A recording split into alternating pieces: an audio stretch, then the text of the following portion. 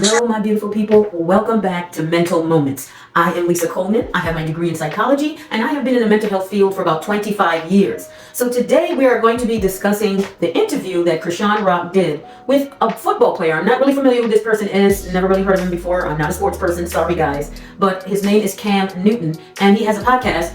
And Chrisean was on there, and she gave an interview, and she cleared up a lot of things. What I am not here to do is discuss whether the information was truth or whether it was a lie. I'm not here to bash. As a mental health counselor, there is no way, shape, or form I am going to belittle anyone or put anyone down. Just to let you guys know, Chrisean Rock is very similar to a lot of the young people, young adults, parents, children, over the past 2 decades that I have worked with, have similar upbringing, have gone through the same similar toxic, traumatic experiences as Chrisean Rock. And I have been fortunate enough to go in the inner cities and the communities and work with these type of families. So there is no way, shape, or form I'm going to ever look down on her. I would never put her down. Obviously, as an adult, I would never condone anyone's behavior as far as anything that has to do with violence, anything that's going to land someone in jail. Absolutely not. I definitely wouldn't want that for anyone that I work with or anyone that I see on social media. So I just wanted to put that out there. That's not what this is about. I am strictly here to evaluate the dialogue and analyze the context of the conversation. That is it. I am here to highlight the mental health journey in which Chrisean has been on and how it led her to this interview. So with that being said, before I jump into the interview, I'm just going to do a little overview of Chrisean's story and how she came to be a social media influencer.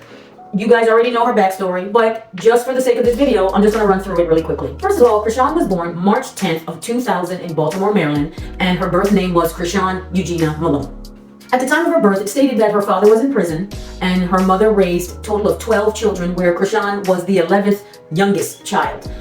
So she had a very big family. It was also mentioned that her mother was addicted to drugs and she was a drug user. So there was possibly some neglect going on there. Usually when a person is utilizing drugs, it becomes a little bit difficult to manage a total of 12 children when you're under the influence. Now, at the age of 9, her family became homeless and she kind of bounced around from home to home. They kind of slept where they could find a place to sleep.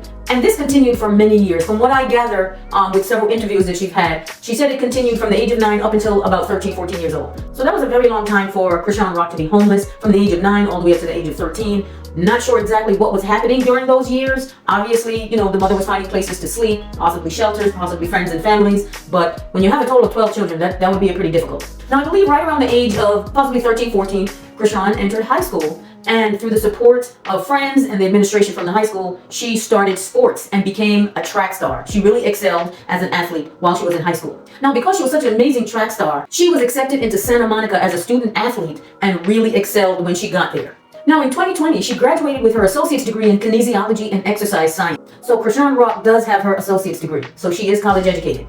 Kudos to you. Now, right around the age of 19, she appeared on a televised show called Ultimate Tag, in which she won the grand prize of $10,000. Now, right around COVID, she appeared on a popular rapper's OnlyFans show, which was called Blues Girls Club, and she lived in this rapper's home for about a month. Apparently, he was scoping out talent. From what I'm understanding, there was a lot of fight. It was like a fight club. The girls was fighting, but apparently some of the girls had talent and was very creative and could rap and could sing. And Chrisean Rock was definitely one of those girls. She was very talented with singing and rapping. Now, because of Chrisean Rock's popularity and being a talented singer, she was signed to this rapper's label. Also in 2020, she released her first collaborative single called Lonely. But after that, she released a super viral song called Vibe, and everybody knows that. It's a vibe all the time. I actually love that song. Now, in June of 2022, she was cast in a reality show called Baddies.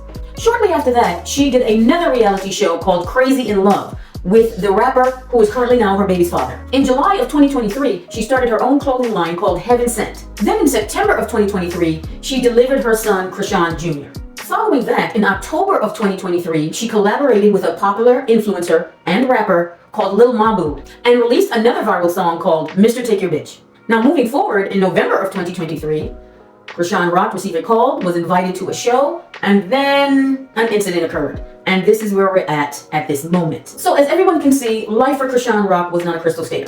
She has been born in a very rough environment and has suffered many traumas throughout her journey in life. But one thing I can definitely know for sure is that she's very resilient, and it seems like she's continually evolving. As a 23-year-old, she's very young, and she has a lot of living and learning to do. So it's clear that she was thrown in the deep end, and no one taught her how to swim, but she's swimming. She's definitely swimming. And kudos to her. in her life. She was born with a lot of lemons, but it seems like she's trying to make some lemonade. Again, everybody's journey is not the same. The path is going to be very winding. A lot of people is not going to like what they see. But from what I can see from this young lady, she seems to be very authentic. She seems to be being her true self. And a lot of people may not like it, but that's who she is. But at the end of the day, we're going to jump into this interview and we're going to evaluate and analyze what this conversation is all about. So let's dig right in. Tamar Braxton, should I say that?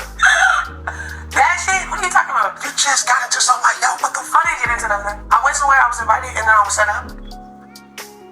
Okay. And I was supposed to perform. Well, tell me your side. So she like, hey, what's up? I'm like, are you actually have a show?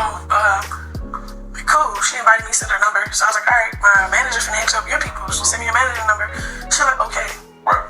Then what else? That was that. She told me a time. I'm still at my crib. Finally let Goodface's mom finally meet the baby for the first time. Like, I'm on live though, because I be recording, vlogging my whole life because shit be just going left on niggas' lives. So I'm going live, and Tamar's just like, hey, hurry up. Like, rushing me to get there. Then I get there, she's like, okay. Okay, stop. What? Were you late? No. Get there. Wasn't late. Get there, they hand me a mic. They're like, yeah, Sky, like, alright, I'm gonna go check on to make sure they know the order of your song list. I said, alright, bet. I get the mic, I'm like, hey, like, I don't know why my music ain't playing yet. I'm not used to this. I usually get brought up by Glorilla, Sexy Red, like glitter gloss. Like, artists just bring me out because I'm late and tired, but I'm a good friend too. Yeah. So, this was my first experience ever feeling like trying to be embarrassed. Like, I thought it was like set up purposely to make me feel like, I don't know, less of myself. And she's older.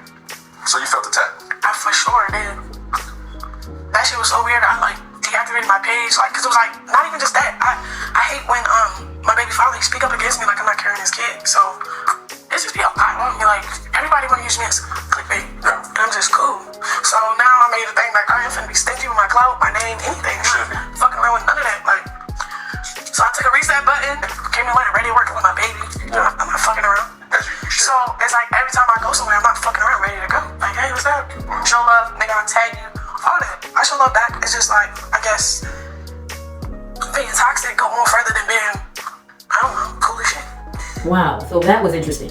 But I'm going to stop right here because we have a lot to talk about. So this is going to be broken up into several parts. So please stay tuned for part 2. We are going to dig in. We are going to evaluate these words. We're going to analyze the context of this conversation. And we're going to see where it leads us.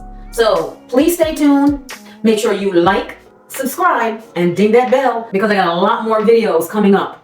Thank you guys for watching. Toodles!